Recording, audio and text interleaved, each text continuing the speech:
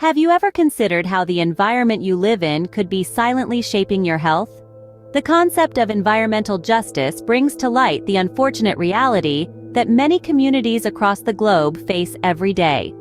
Take the poignant case of Flint, Michigan, a city that has become synonymous with environmental injustice. The residents of Flint, a largely African-American low-income community, have been drinking and bathing in lead-contaminated water for years.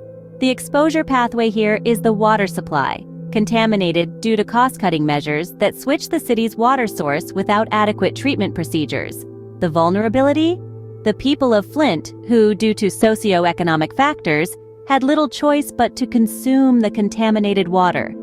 The devastating health impacts of lead exposure, particularly in children, are well documented and include developmental issues, learning difficulties, and impaired growth.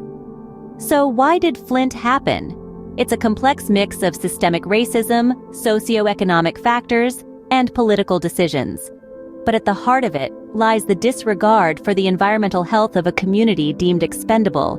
This is the essence of environmental injustice, the unequal distribution of environmental hazards and benefits, often along racial and socioeconomic lines.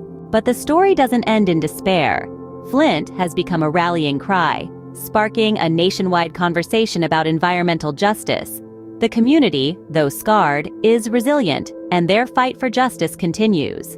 So, what have we gathered today? Environmental justice is not just about the environment, but a societal issue that intertwines race, class, and politics. Exposure pathways are the routes by which harmful substances find their way into our bodies, while vulnerabilities are the socioeconomic and physiological factors that make certain populations more susceptible to these hazards. The case of Flint, Michigan, serves as a stark reminder of what happens when these factors converge, and the urgent need for change. In the next chapter of Shades of Injustice, we'll delve deeper into potential solutions and the glimmers of hope that shine through even in the darkest of times. Because when it comes to environmental justice, the fight is far from over. Until then, remember, every voice counts in the fight for a cleaner, fairer world.